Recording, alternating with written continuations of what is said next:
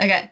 Hello, everyone, and welcome back to Advocacy in Action. I'm your host for today, Liz Byrd, and I'm joined here with my teammate, Jonathan Collum, who handles all the technology and development and security here at BiPAC. So for those of you who are joining us for the first time, welcome. And just to set the stage, this series is going to give you a behind-the-scenes look at conversations that we're having with leaders in their space that will give you some actionable takeaways and hopefully some fresh insights that will have you jotting down some notes as we go. But like I mentioned, Jonathan is our resident expert on all things tech. I mean, he's also probably the person from the BiPAC team that you would want on like your trivia team. He's that knowledgeable, but we're only going to focus on tech today. We can't squeeze all of that into one episode. So I know I have a lot of questions for you, Jonathan, off to the side here. But before we dive in, is there anything that you wanted to touch on, share, mention before we kick off our conversation? Thanks, Liz. Uh, I do want to kick us off today because I think we are going to be talking about technology and probably technology products, software, hardware, other things that are name branded. I want to say at the top, this is not a sponsored episode.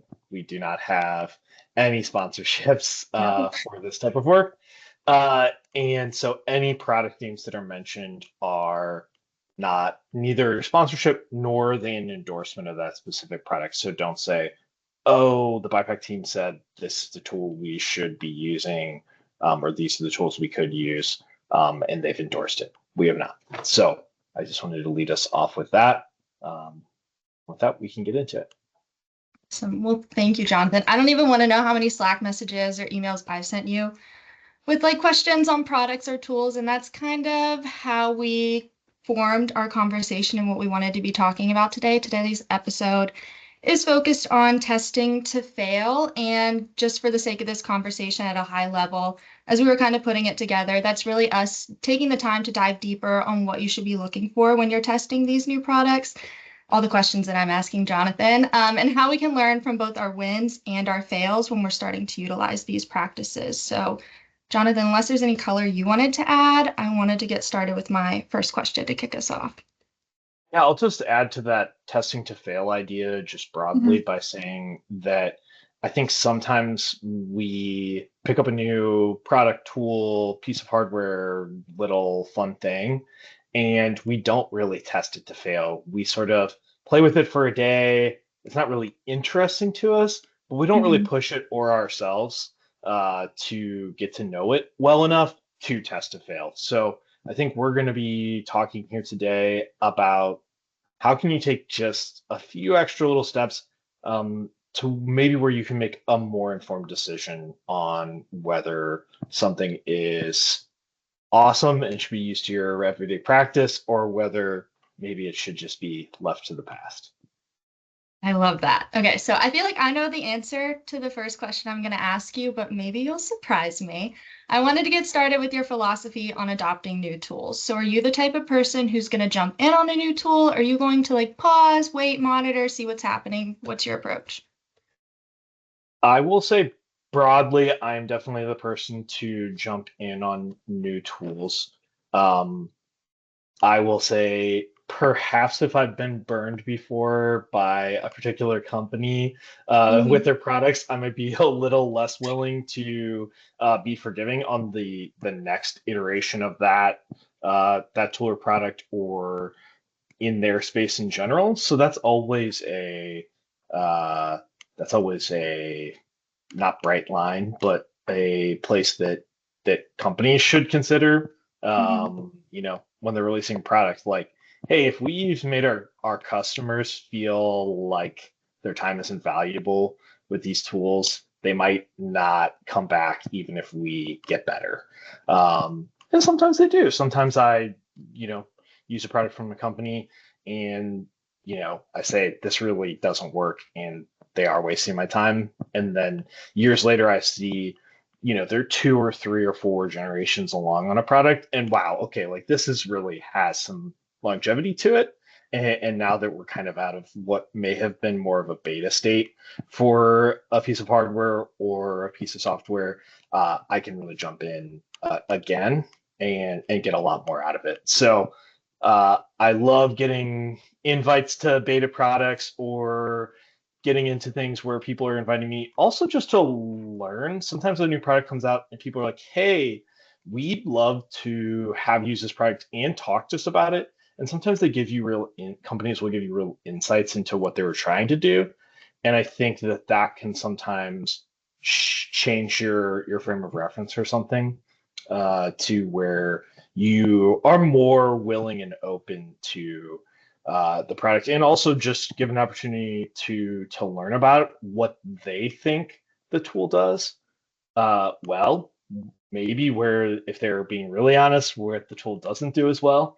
That's probably more rare, but Mhm. I think that them giving an explainer for something uh, can really help you wrap your head around what a tool is. So sometimes reading even the press briefs that are like for the releases, yes, they're like very marketing speak, but it does have some intention behind it. And sometimes you can tell whether it's a company where like the marketing people drive everything, or whether it's a Mhm. company where the marketing people really help the folks that work on technology to explain in everyday, layman language what it is that they're doing. And that can be a big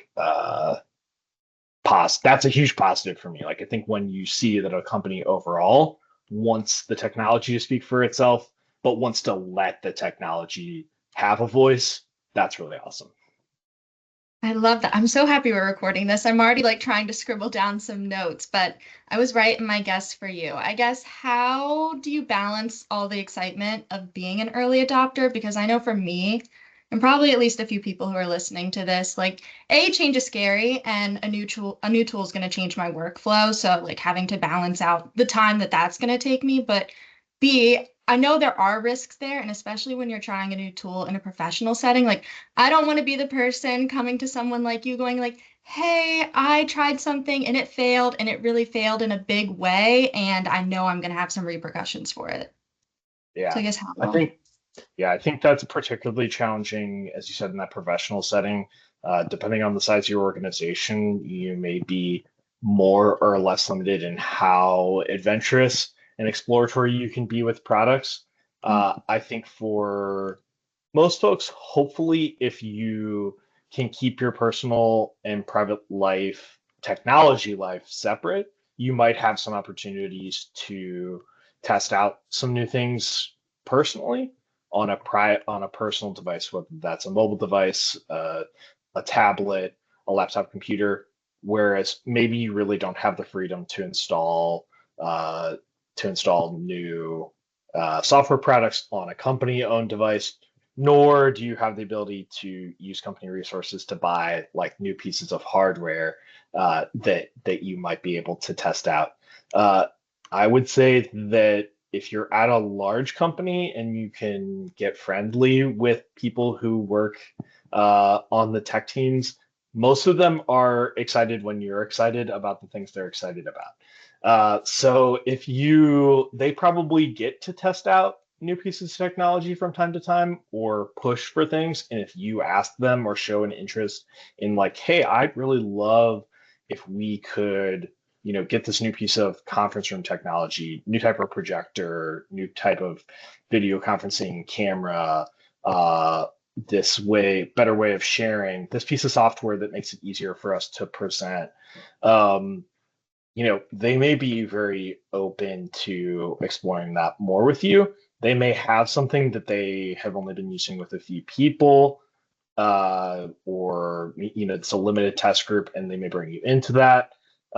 But even if you just stick to at home, obviously there's always that financial concern.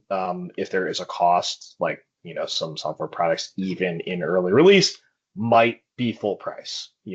A piece of software for your computer might be, I would say these days you're largely going to be looking at subscriptions. Hopefully they're Mhm. monthly based, so that you could get in for a month. Hopefully they give you a trial period. Yeah. Maybe that's a month, maybe that's a few weeks uh, before they start charging you on a monthly basis. That's probably the most common financial structure these days.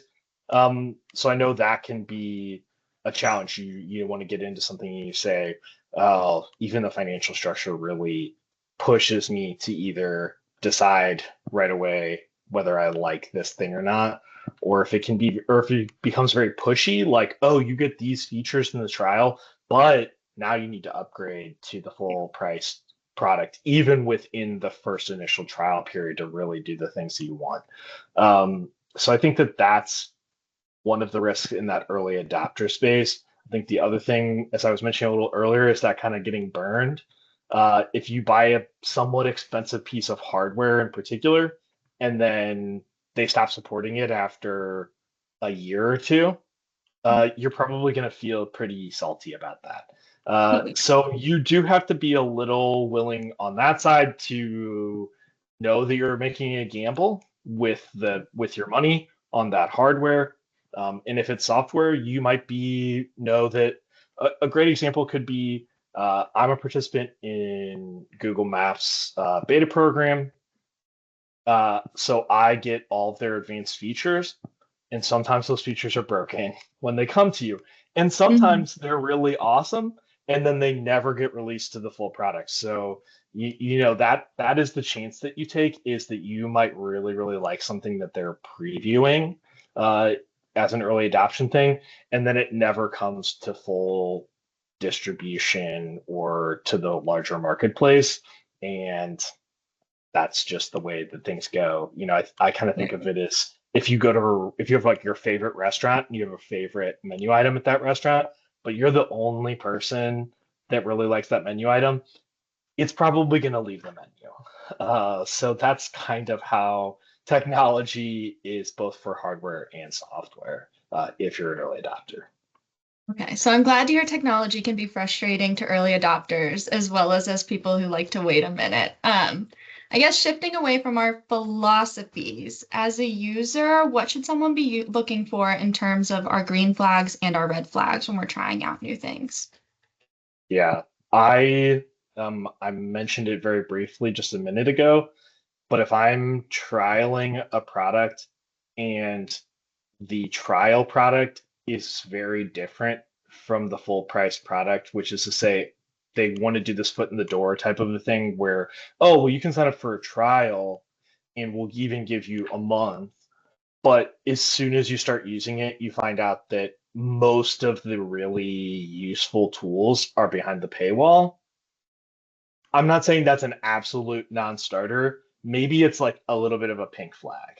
Okay. I think that there are products, and totally understandable from the producer side, that sometimes they say, "Hey, we invested a lot to produce these certain features, and if we give them away for free, even on a trial basis, it could have a very negative impact."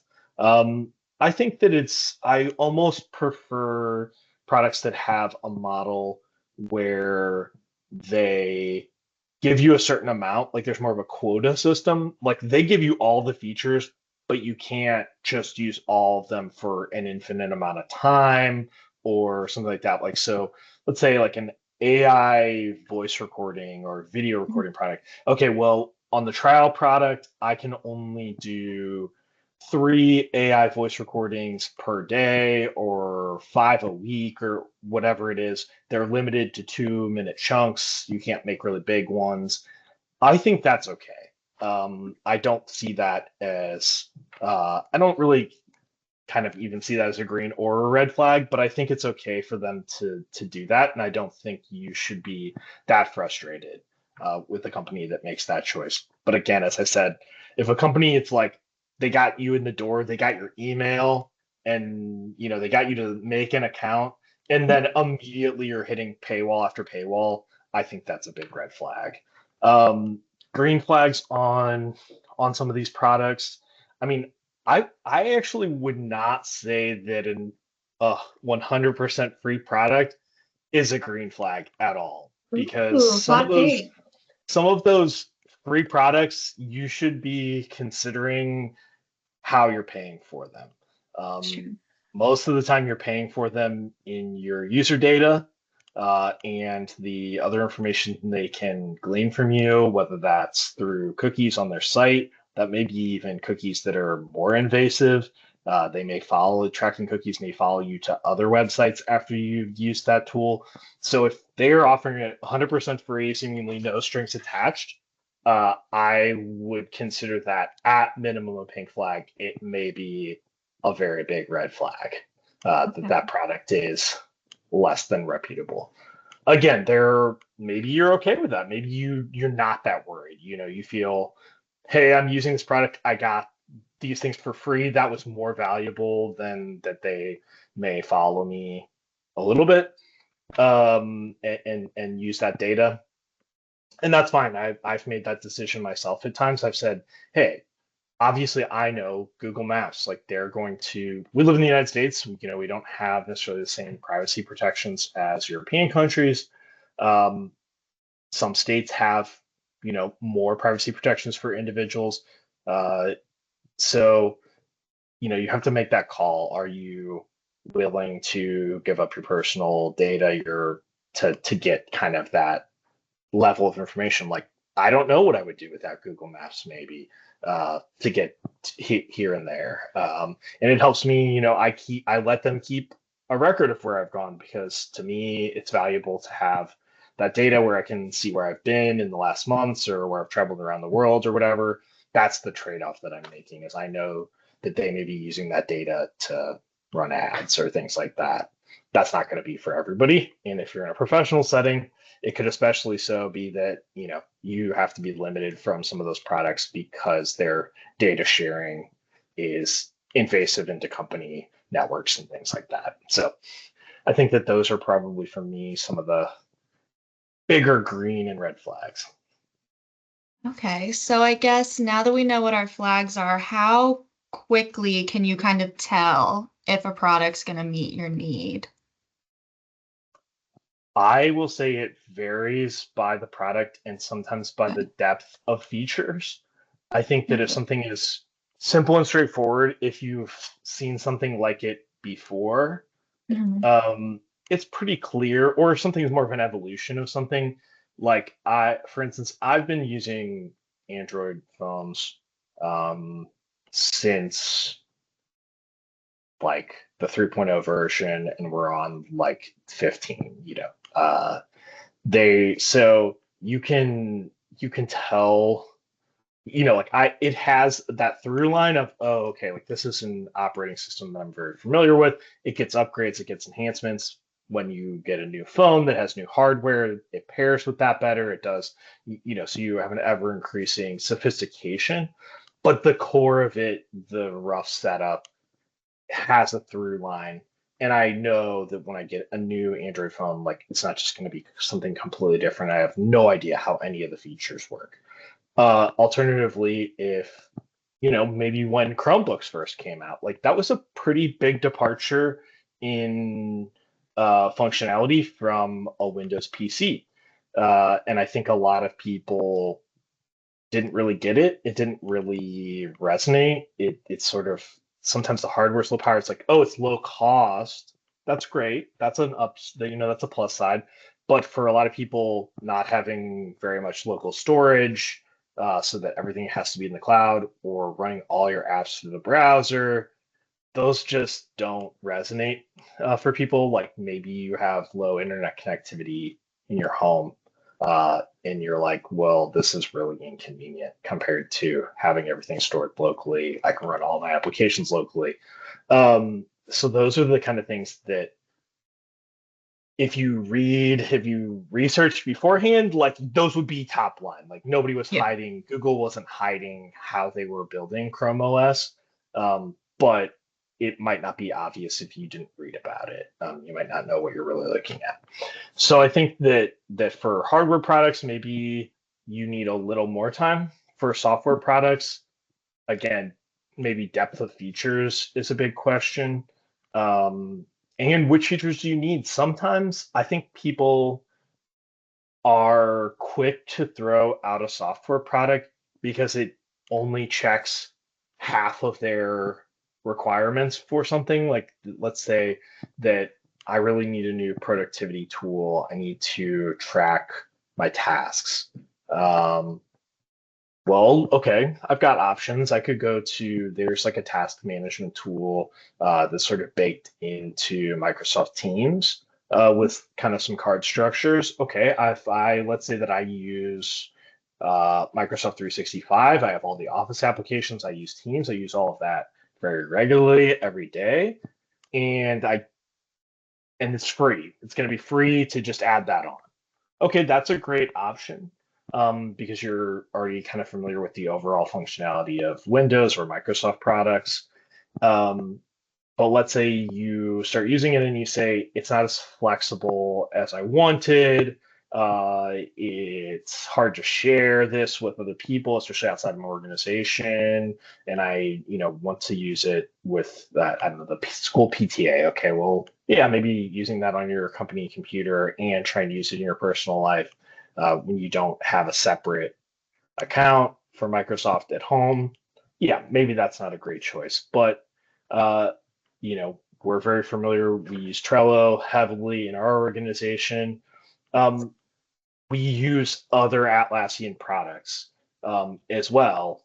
They're in our that are in our environment. So, and we're already paying for those. So that's like a different decision. It's like, okay, do we want to use this product? It kind of fits into this overall vertical of software. Um, it does it does certain things really well. Maybe like the number of boards, maybe at some point you get overwhelmed with how much you're using it. I think that can happen for folks, but I think that you really should be considering, like, I guess I would say don't give up on a product after the first 2 days just because it only checks half the boxes. There could be future software updates that get it to where you want it to be. So follow, you can usually follow products online. They usually have release notes. You can like look at their website and see what features they're adding, or they'll have a big marketing push. I know we use an email tool called Klaviyo. They're very good at their marketing on like what are the new features that they're going to be pushing out. And maybe when we joined with them, there were features that we said, oh, we really wish Klaviyo had this particular feature, and it doesn't right now. But it has these other 10 features that are exactly what we need. And it'll be great if they eventually add that, and we can keep track of what they're adding as they go. So I think that's what I would caution, tell people about using your products is don't throw things out because it only meets some needs. And sometimes maybe you like that it only does simpler tasks or versus more complex tasks. So I think it is sort of dealer's choice again within the boundaries of what you're allowed to do, maybe on a company device versus a personal device. Safety and security always is first. I talked about data privacy a little earlier. That's really important to keep an eye on, big picture, and it's one of the reasons that sometimes we're limited in our work lives on what software we can use. Yeah, and I think speaking of Klaviyo, like the email service provider we use, like when I was communicating with you, I think it was also helpful for me to have a list of my priorities and like when we were comparing platforms, like communicating that with like other stakeholders in our organization, because I know that's something. And speaking of, if you're a BIPAC member, Jonathan spoke on a webinar last year, 2 years ago, and engaging internal stakeholders, and that's in our member portal. So I think everyone should go watch that after this because there were some great takeaways there too. But I think that also helped me communicating that with you, along with all those other things for the testing period. What's on your radar? Is there anything that you would say is underrated or overrated for tools, products, hardware, things that people should be paying more attention to? I think that when you're looking at, as we said, as you were just saying, like that for personal thing, I think as far Mhm. as whether something's overrated or underrated is extremely subjective to the Yes. point of like, I don't know that I could tell, one person to another, even if they were working in a very similar industry, that like, oh, I think this will definitely work for you, will definitely supercharge your team. Um, but I think something, I'll circle back to something I said way earlier about like the life cycles of Mhm. products. And I look at this with with other things too, not just with software and hardware that are in the sort of tech space. Um, but something that I learned growing up from my dad was don't if a car gets a redesign or if it's a brand new car that like they just invented like a completely new model, um, don't or there's major changes like in one of those redesigns, maybe don't buy that product the first big change that it goes through, because there's going to be some kinks to work out, and if you need to use it long term, um, you might not find the longevity. And I think that goes for cars. I think that really goes for software and hardware. If something is very new, again, I think in the AI space, we've seen the software become the hardware, and some of the hardware pieces are, you know, they're already talking about just like they're going to scrap heap because they didn't go anywhere. So early adopters, you know, VR headsets is another like great one. Like I don't know that people are going to use that in their work workplace too much, but in your personal space, there are some products that just look like they're not going to have a very long time Yeah. horizon, and then they're not supported. Again, kind of a more less work thing, but personal, at home thing. Uh, Google made a gaming console. It was cloud based, and it's was shut down after only a few years. It just didn't get off the ground. It was like people that wanted to play cloud gaming play on PCs. People or they play on established consoles. It's very hard to break into certain spaces with new hardware in particular. And a new concept for how to manage software doesn't automatically become a success. Sometimes people don't want to see that kind of a change. So I think that as far as overrated uh, things go, I think that if you if you're just picking up your technology based on watching television commercials, you're probably going to find that those things are overrated because they're just have a lot of marketing money behind them. If you find something through a friend that they've really just been enjoying a product or a colleague, somebody that you meet, and um, you might find that that piece of technology is a little more under the radar, but that it could really help you in your practice if it's working for somebody else already. I think a great example that I will give for I'll say it's low cost. It's not super low cost, but in the relative terms of office technology, the meeting owl is something that I discovered a few years ago, especially coming out of the pandemic, remote a lot of people being remote, some people being in person for meetings. The meeting owl is this great little tabletop device. It's got microphones, it's got speakers, it's got a 360 camera, it can do multi-focus for about $1,000. That's basically, as I said, all but ridiculously cheap, considering the features that it has, considering the Yeah. ease of setting it up. I would say most people after 15 minutes with it could figure out, even if they had never seen something like it before, if they have a laptop in front of them, they could figure out how to set it up. And if they read the basic instructions, so I don't know that it's necessarily an underrated product. They've had multiple generations at this point, so enough people are buying it. Going back to my thing from before about things changing too much or not living through enough generations for you to think that they're going to keep supporting it. It has that down. So if it's not underrated, it's highly rated by me. So So I guess you kind of mentioned like just side question. You mentioned like you like to go read press releases. You're also like cautious of them sometimes because it can just be all the sales pitch, like hearing from your colleagues. Is there anywhere you're going to like get the information? I know I'm lucky enough, I get to hear about a lot of stuff from you. We have like team meetings and things, but for people who don't have someone to be that word of mouth for them, like is there somewhere you go or like a resource you have? I will say I mean, any of the tech news outlets, and I will say like the traditional media ones, like that might be like Crunch or um,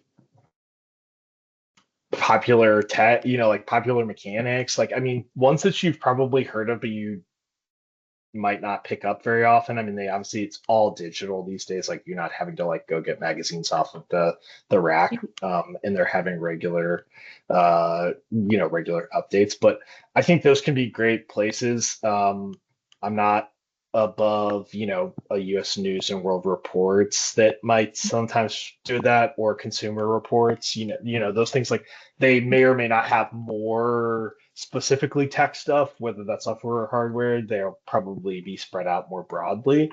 Wired is another great one. Again, some of that is still, they are dependent on the relationships with the creators. So, like some of the stuff that they do, it's like, yeah, they were paid by the company to review a product. So do know that. But they still could have really interesting insights on what it was actually like to use that. So I think that that's a good source. Blog. I mean, I'm not above reading a blog or watching a YouTube video of somebody presenting the product. Um, Again, some of those are sponsored. They should hopefully be telling you whether they're sponsored or not. But even in sponsored content, some people are more or less honest about their take on the product. Obviously, most of that media is embargoed. So if a product is in non-full release state, you might not be able to get as much information on it. But if it's a full production product out to the public, generally all those videos or things have been released. So um, yeah, I think those are good places to go look for stuff. Well, okay, so it sounds like however, wherever you like to like get your content, it's Yeah, there for you. You just got video, to find it. reading, the guy downtown who seems to have a lot of tech. He's got the Meta Ray-Bans on, and he's also using a Vision Pro at the same time. I'm not sure how that works, but he's using multiple headsets. Yeah, so everybody kind of knows that guy. Maybe it's the guy in the office. Maybe he can point you to stuff. But also keeping in mind, maybe he really enjoys things you're never going to enjoy. And I mean, that Vision Yeah, Pro is not a cheap product. You might not want to get into it if you're not into it. yeah, I love that. Okay, I know we could talk about this all day long, but we have limited time. So I want to wrap up with just asking you, as our expert, in closing, do you have any last minute thoughts, something you think we should highlight before wrapping up, something you've learned in your career? Hit me with it. Yeah, I think that uh, the hardest thing, probably, if you're talking about using this in a professional space, and Mhm. I'm sort of repeating it from earlier, is that you will have probably some limitations on what you're allowed to do. Um, and a lot of that has to do with security and whether your organization can properly secure new devices or be clear on their operation to feel safe about you using them. And you shouldn't take that for granted and say, oh, they're just trying to keep us from, moving ahead. They've got lots of competing priorities, and your IT team is doing their best to keep everybody safe online, keep all of your data safe, keep your customers' data safe, all of those types of things. So don't give them too much flack if they won't let you install the cool new tool or go to the latest ChatGPT model online. That's they have reasons for that are reasonable. Now, some organizations move very slow, and some of them may have those rules just because they're scared of technology. But you still have to work within those boundaries. But in your personal life, again, keeping in mind your own safety, making choices that are within your own risk tolerance. It can be cool to play around with lots of stuff, and if you're adventurous enough to try out something new, even that people aren't talking about, you might find out find something really cool. But fair warning, as I said at the top, sometimes you're the only person at the restaurant who likes that certain dish, and they just might take it off the menu. That's a great way to close it out. Thank you, Jonathan, for sharing your Thanks, Liz. insights. I know I have a lot of great notes, and I just want to thank everyone who joined us for today's episode of Advocacy in Action. I'm looking forward to taking this conversation offline with Jonathan because I have the privilege to keep talking about this with him, and I look forward to future episodes. So, bye. Thank you. How do we feel? I thought that went really well. I We did got too. a I have flow. to.